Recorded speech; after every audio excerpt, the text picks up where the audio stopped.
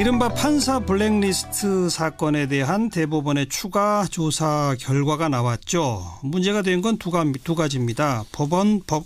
판사들에 대한 동향 파악하는 문건들이 다수 발견됐다. 또 하나는 원세훈 전 원장 재판 관련해서 청와대와 이런저런 얘기들이 오간 또 관련된 문건이 있었습니다. 판사 동향 파악 관련된 문건들이 있는데요. 거기에 제일 많은 분량을 차지하는 그런 동향 파악의 대상이 된 판사가 있어요. 저 이사자키에 몇 차례 출연해서 이 사법개혁에 대한 목소리를 냈던 판사기도 합니다. 전주지법 군산지원의 차성한 판사, 오늘 또 서울에 직접 모셔가지고 스튜디오에 들어와 계십니다. 어서 오십시오. 예, 안녕하십니까. 예, 차성한 판사입니다. 예. 왜 그렇게 찍히셨어요? 그거는 이제 상고법원 때문입니다. 그러니까 그때 이제 양승태 전 대법원장님께서 이제 주로 역점을 가지고 추진했던, 그리고 또 행정처가 추진했던 상고법원 이슈에 대해서 이제 제가 그 상고 허가제와 그 다음에 1심 판사의 두세 배 대폭 증언을 통해서 1, 2심부터 충실을 하자, 이런 식의 반대 목소리를 냈기 때문에 이제 거기에 대해서 이제 소위 찍힌 거겠죠. 양승태 대법원장이 추진하는 방향에 비판하고 다른 대안을 냈다는 것 때문. 네, 그렇습니다. 그래서 게시글 관련 동향과 대응 방안, 시사인 칼럼 투고 관련 동향과 대응 방안, 이런 이 두 가지 챕터로 된 문건들이 있는 겁니다. 그죠?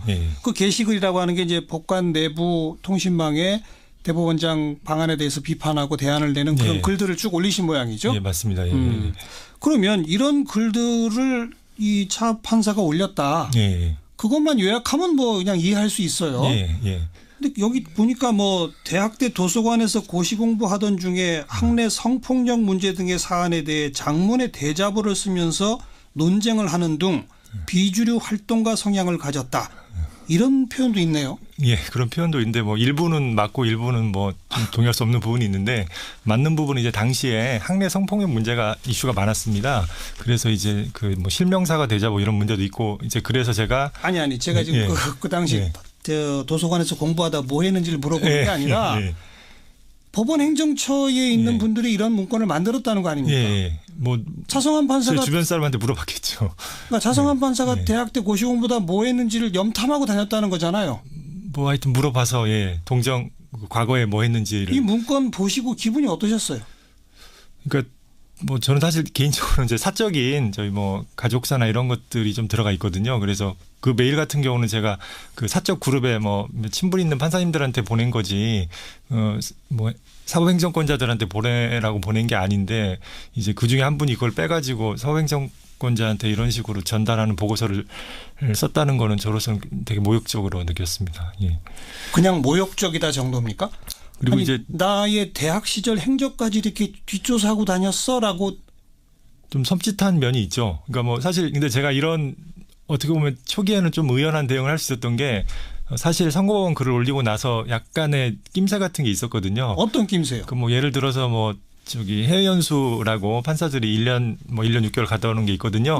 근데 그 판사 중에 이제 대법원의 정책에 대해서 반대하는 그런 외부 언론 기고를 한 판사를 해당 국가 그 법률상 징계할 수 있는지를 조사해서 보고해달라, 이런 과제를 부과받은 친구가 있다고 들었고, 다행히 그 나라 법상 그런 게 아니라고 보고가 올라갔다고 들었는데, 행정처가 이제 아무래도 그게 저한테 딱 맞는 이슈니까 저를 이제 징계하려고 뭔가 뭘 찾고 있구나라는 식의 두려움을 느끼게 된 거죠.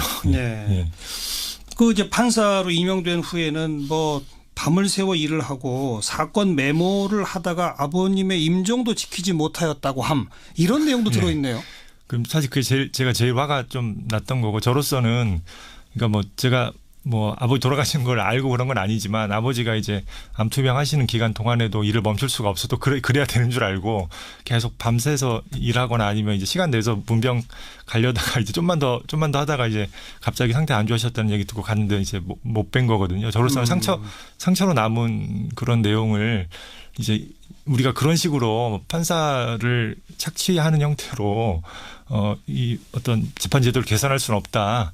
우리는 이미 외국의 3, 4배의 사건을 더 빨리 처리하고 있는데 국민들을 만족시키기 위해서 질을 높이려면 그런 판사 증언이 필요하다. 이제 그런 식의 논지에서 나온 건데, 이제 그런 부분들까지 그것도 사적 메일에서 빼내서 보고했다는 거는 저로서는 사실 제일 좀 기분이 나빴던 부분입니다. 사적으로 가까운 판사들한테 보낸 이메일의 내용을 법원행정처 판사들한테 누군가 전달한 거네요. 그 안에 아마 뭐 심의관 출신이나 뭐 이런 분들이 계셨겠죠. 뭐. 예. 심의관이 판사인가요? 예, 판사입니다. 예. 그러니까 그런 자료들을 여기저기서 수집해가지고 뭐 대학 동기들을 염탐한다든지 물어본다든지 뭐 해서 차성환 판사가 예를 들어서 법원 그 판사들 내부 게시판에 어떤 글을 올렸다 정도는 쭉 하나로 취합할 수 있으나 뭐 아까 제가 뭐라 그랬죠? 비주류 활동가 성향 뭐 이런 식의 이 라벨링까지 하면서 그게 아마 제가 대학 다닐 때 법대에서 무슨 학생회 운동 이런 걸 하진 않았거든요. 뭐 그런 표현도 있어요. 그런 거 그런데 이제 제가 그런 이제 학내 성폭력 문제에 대해서 썼던 부분들이나 이런 그런 부분들을 그런 식으로 해석을 하는 거죠. 아니, 그러니까 이렇게 무슨 성향이다 당신은 이라고 누가 이렇게 딱지 붙인 거 아닙니까? 그렇죠. 뭐 사실 근데 저 말고도 뭐 예를 들어서 사법행정위원회 그 위원을 누구를 추천할지를 리스트를 만들어서 행정처가 했는데 이제 거기 보면 아예 뭐 정치적 성향까지 다 판단하고 있거든요. 그러니까 저는 그나마 그런 정치적인 부분에서는 그나마 좀 뭐 제가 무색 투명하게 지내왔기 때문에 그런 부분들은 그래서 뭐 그랬는지 하여튼 좀 참담한 거죠. 이제 동료 판사가 판사들에 대해서 이런 식으로 동향 보고 문건을 만든다는 것 자체가 좀 상상하기 힘든 일이죠. 그러니까 우리 지금 청취자분들이 그 추가조사위원회에서 어떤 조사 결과를 발표했다더라. 그런데 뭐 보수 언론 쪽에서는 블랙리스트 없다 뭐 이런 것만 제목으로 뽑고 뭐 일부 진보 언론에서는 굉장히 문제가 크다. 사법부의 뭐 근간이 허물어졌다 이런 얘기들이 나오는데 세세하게 어떤 판사에 대해서 어떤 일을 했는지를 잘 모르고 있거든요. 그렇죠. 보고서를 사실 공개해서 일반 국민들이 다 볼 수 있게 하면 좋겠다는 생각이 들 정도입니다. 아니 그래서 제가 지금 우리 차성환 판사에 대해서 이런 식으로 했다. 서울법대 96학번인 차 모모 판사는 법대 학생회 법대 동아리에서 활동한 사실이 없었지만 서울대 도서관에서 고시공부를 하던 중에도 쭉 어쩌고 하면서 비주류 활동가 성향. 2002년 고시공부 중 장애인 문제에 관심을 갖게 된 후부터 장애인 문제 개선을 위한 활동에 열정적으로 참여. 뭐 사실 자체는 뭐 장애인 문제에 관심을 가진 건 맞습니다. 근데 이제 좀 광범위하게 저에 대해서 정보를 수집을 한 것 같긴 하더라고요. 이래도 되는 겁니까? 근데 이제 제가 그런 식의 이제 그런 동향을 파악을 하게 되면 판사가 아무래도 두려움을 느끼게 되거든요. 그러니까요. 그러니까 예를 들어 사실은 그 당시에 어떤 얘기가 있었냐면 뭐 상고법원에 반대하는 글을 제가 올렸잖아요. 그 글에 대해서 뭐 댓글을 뭐 썼는데 뭐 어디서 전화가 와가지고 그래서 바로 뭐 내린 판사님도 있다고 그러고. 그러니까 이게 이렇게 글을 딱 올리면 그 사람의 주장에 당부를 하는 게 아니라 그 사람의 뒤를 캐서 뭐 예를 들어 제가 뭐 건강이 안 좋거나 무슨 일로 인해서 일을 제대로 못하는 기간이 있다면 그건 저의 약점으로 올라갔겠죠. 그러니까 뭐 그런 식으로 자꾸 뒤를 캐면 누가 그 소통을 하겠습니까? 뭐 소통을 강조하셨었는데 전에 전임 대법원장님이 두려움과 자기 검열 그리고 또 이제 뭐 경우에 따라서는 이제 뭐 재판 관련해서도 그러한 두려움을 분명히 줄 수 있겠죠. 게다가 이게 그냥 관련 동향뿐이 아니라 대응 방안까지 있어요. 대응 방안 해서 총론 섣부른 개입은 자제하는 것이 바람직. 그러니까 아마 제가 문건은요. 차 판사가 시사인의 칼럼을 투고한 사실은 이미 국제인권법연구에 다음 익명 카페 등에 공지되어 많은 판사들이 알고 있음. 법원 행정처가 섣불리 개입할 경우 판사들 여론에 역풍을 맞을 우려 존재. 섣부른 개입은 자제하자. 그러나 세 가지 조치를 해야 한다. 문제 부분에 대한 안내, 예의 주시, 일선 판사들의 오해 불식. 이 대응 방안대로 뭘 하던가요? 차 판사한테? 뭐 저한테 저는 그런 배경이 있는지 몰랐지만 저한테 연락을 해서 그 이슈에 대해서 좀 다른 생각을 이렇게 설득하듯이 얘기하신 경우가 좀 있었는데 이제 알고 보니 그런 배경이었다는 거는 나중에 알게 된 거죠. 그리고 이제 공식적인 어떤 사법 행정 라인에 있는 저희 지원장님 이런 분들이 이제 조심스럽게 불러서 이제 가볍게 예를 들어서 거기 나오는 무슨 겸직 허가나 보수 문제나 이런 것들을 그러저러한 얘기를 하는 것도 이제 그냥 저는 그런가 했는데 이제 그게 모두 이제 미리 짜여진 각본에 따라서 예. 이제 이루어진 거고 거기 보면은 이제 저의 친한 제가 존경하는 판사 제 친한 선후배 명단을 취합해서 관리하라라는 네. 이제 대응 방안을 제시하고 있거든요. 예. 그럼 사실 저는 제 주변의 사람들이 특정한 목적을 가지고 저를 대하는 거잖아요. 사실 그거 자체는 되게 좀 소름 끼치는 상황이죠. 예. 만약에 그게 계속 진짜로 실행이 됐다면 이제 그렇게 한다고 써 있긴 했는데 저도 얼마나 실행되는지는 알 수는 없으니까. 근데 실제로 누가 옆에 와서 이 얘기하고 예. 생각 바꾸려고 설득하고 예. 그리고 뭐 직속 상관이라고 할 수 있는 지원장 예. 등등이 불러서 무슨 얘기하고. 예. 근데 그게 또 거기도 보는 것처럼 역풍을 맞지 않기 위해서인지 모르겠지만 조심스러운 거라 저는 그냥 뭐 누구나 조심스러워하고 저를 걱정할 수도 있는 거잖아요. 그러니까 뭐 느끼지 못해. 근데 거기 보면 행정처가 개입하는 걸 알지 못하게 된다는 걸 되게 강조하거든요. 그러니까요. 그런 게 좀 소름 끼치는 면이 행정처가 동향 파악을 해서 예. 대응 방안을 만들어서 예. 이러면 대법원장한테 보고되는 거죠. 저도 뭐 단정할 수는 없지만 최소한 법원행정처장도 대법관이잖아요. 거기까지는 보고되는 거죠. 뭐 되지 않았을까 싶습니다. 그러면 그 법원행정처장이든 아니면 대법원장이든 예. 밑에 이 대응 방안대로 지시를 하는 거죠. 예. 자, 소리 소문 나지 않게 예. 역풍 맞지 않게 예. 차성환 판사한테 이렇게 해. 예. 그럼 그대로 했다는 거 아닙니까? 그럴 가능성이 좀 높은 거고 뭐 아까 뭐 징계 가능성도 검토를 하고 이제 다양한 대응 방법들이 계속 논의해서 저도 모르게 뭐가 또 됐을 수도 있죠. 저도 뭐 알 수는 없지만. 예. 인사상 불이익을 당하신 건 없나요? 그 얘기가 나오는데 제가 이제 해외 연수 갔다 와서 지방근무 3년이 있었고 그게 의무죠. 예, 그리고 네. 그거는 뭐 누구도 거의 깰 수 없는 관행이고 그 안에 사업분담이라는 것도 뭐 고만고만해서 저 같은 경우는 오히려 그렇게 선호하지도 않는 민사 재판을 제가 재판 방식을 바꾸고 싶어서 좀 독일식으로 뭐 5분 재판을 30분으로 늘려서도 해보고 기록도 뭐 훨씬 더 철저하게 파악하고 이제 그런 식으로 해서 제가 불이익을 받을 게 없었습니다. 다만 이제 미래적으로 앞으로 제가 원하는 보직에 내가 뭐 소위 좋아하는 보직들 있지 않습니까? 그렇죠. 그런데 갈 수 있을까라는 두려움은 사실 강해졌죠. 사실 네. 약간 각오한 면도 있고. 네. 네. 차성환 판사 한 분이 아닙니다. 여러분들이 이런 동향 파악의 대상이 됐는데. 그렇죠. 판사님들 뭐 십수 명, 20-30명이 나와 있죠. 게다가 지금 비밀번호 때문에 보지도 못한 문건이 760건이라고 하고 맞습니다. 예. 법원행정처 차장의 하드디스크는 아예 예. 확보도 못했다는 거 아닙니까? 그러니까 이번에 그 뭐 물러나신 이제 뭐 전 김소영 차장님 체계 하에서는 일단 제공이 되지 않아서 뭐 제공을 행정처에서 거부해서 조사하지 못한 이제 임종원 전 차장님 그 하드와 그다음에 비밀번호 걸린 700개의 파일이 남아 있기 때문에 그걸 열어서 보는 절차가 반드시 이루어져야 되고 이제 거기에 따라서 뭐 모르겠습니다. 저에 대한 문건이 또 나올 수도 있고 안 나올 수도 있겠죠. 뭐 다른 판사님들에 관한 문건도 더 많이 나올 거고 나올 수 있고 뭐 저도 알 수는 없지만 이 문건에서는 우리 차 판사님도 대단히 칭찬을 했어요. 독일 연수 후에 방대한 양의 충실한 해외 연수 보고서로 행정처에서 호평을 받았음. 예, 실제로 뭐 저한테 사적으로 부탁하시는 분들까지 제가 다 잘 해드렸습니다. 예. 그리고 저는 사실 또 재판 준비에 매우 철저한 성실한 성격의 소유자. 재판 전날은 거의 밤을 새우고 수시로 야간 및 주말 근무. 그 당시에 좀 열정이 많이 더 있었던 시기였습니다. 이렇게 평가까지 하면서도 그러나 이런 문제되는 글들을 쓰고 있으니 예. 이 사람 뒷조사를 해보니 대학 때는 이랬었고 성향이 이러하니 예. 앞으로 우리 예의주시해서 이렇게 합시다. 이런 거 아닙니까? 뭐 그렇습니다. 예, 예. 이런 걸 보시고도 그렇게 차분하실 수가 있으세요? 판사는 그래야 됩니까?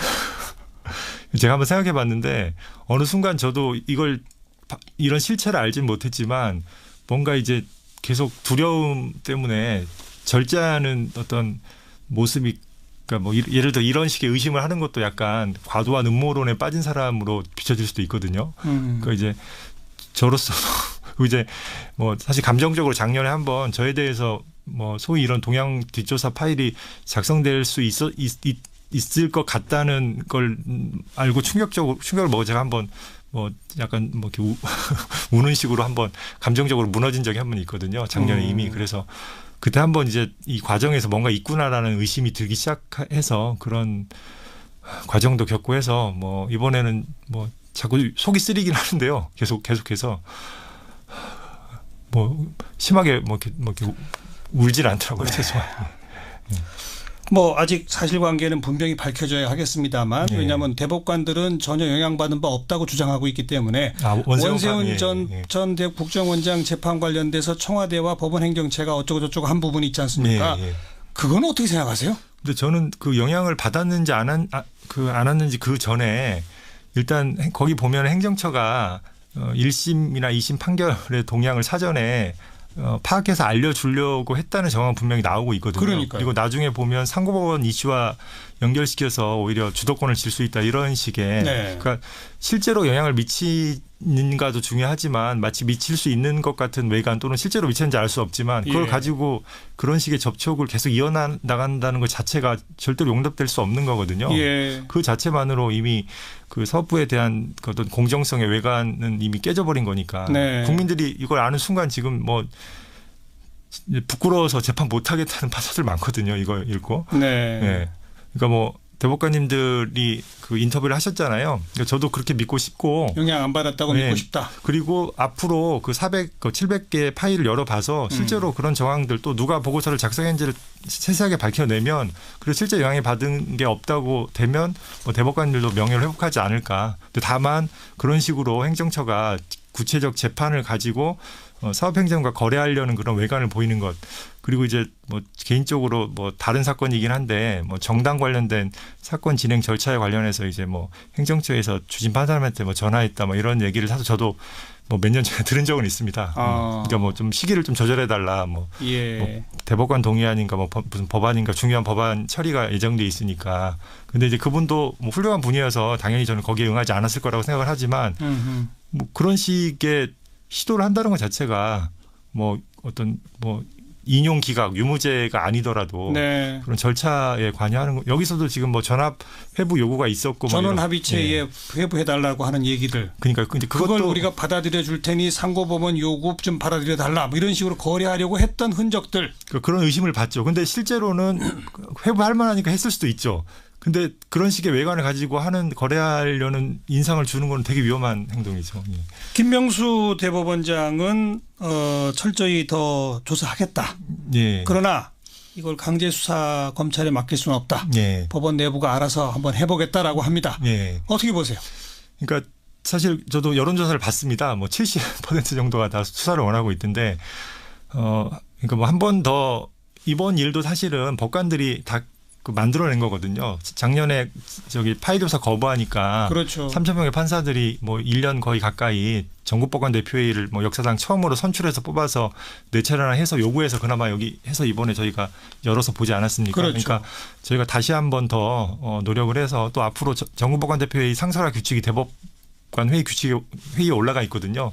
거기서 통과되고 하면 저는 법관들이 한 번 더 기회를 주시면 명명백백하게 밝혀낸 다음에 징계 절차가 필요하면 징계를 하고 또 형사 절차가 필요하다면 또 대법원장님이 뭐 형사소송법상 고발 의무가 있기 때문에 그에 따라 처리하실 거라고 생각을 합니다. 그러니까 선후의 문제지 만약에 형사처벌이 필요한 부분이 뭐 있다면 뭐 판사라고 하더라도 법에 따라 처벌하는 걸 뭐 피할 수는 없으니까 네. 그런 좀 요청을 드리고 싶습니다. 예. 그러나 지금 바로 검찰이 수사에 들어가는 거는 예. 어떤 문제가 있습니까? 그러니까 이제 사실은 저희를 한번 믿어달라는 거죠. 법관들이 스스로 자정해서 이 문제를 해결하는 과정이 사실은 일선 법관들이 재판을 독립을 수호하는 좋은 경험이 되거든요. 사실 작년에 그런 싸움을 통해서 판사회의 전국법관 대표를 하면서 많은 판사들이 성장했어요. 뭐 원래도 그러셨지만 예. 행정처나 대법원장이 일방적으로 뭘 하는 거에 대해서 문제일 경우에 견제할 수 있는 역할을 하겠다. 한 번 더 그런 기회를 주시고 문제가 있으면 저도 뭐 언제든지 뭐 대법원장이든 누구든 비판을 하려는 각오를 가지고 있습니다. 예. 일선 판사들이 지금 차정환 판사 생각과 비슷한 분들이 많습니까? 사실 뭐 제가 다 조사를 해보진 못했습니다. 네, 근데 제가 느끼기에는 그래도 과반수 이상 특히 이제 뭐 좀 표현이 이상한데 희망적이게도 젊은 판사님들일수록 동감하시는 분이 좀 더 많은 것 같고 뭐 생각이 다른 분들은 그래요. 뭐 존재하긴 합니다. 그분들이 다시 뜻을 먹고 의지를 모아서 한번 개혁해 보겠다. 진상 밝히고 징계할 거 하고 처벌할 필요가 있으면 고발해서 형사처벌까지 하고 그다음 제도 개선까지 해보겠다. 예, 맞습니다. 될런지 안 될런지 지켜보겠습니다. 지켜봐 주십시오. 감사합니다. 김태식 님이 판사님의 한숨에 왜 제가 숨을 쉬기 어려워질까요? 8845번님, 그 사람들이 부끄러워해야 하는 건데 휴 힘내세요. 차성환 판사님, 예. 힘내시기 바랍니다. 예, 그 한 번만 제가 시간이 없어요. 아 그래요? 여기까지. 90%의 판사들은 열심히 일하고 있습니다. 묵묵히 재판하고 믿어주십시오. 예. 예.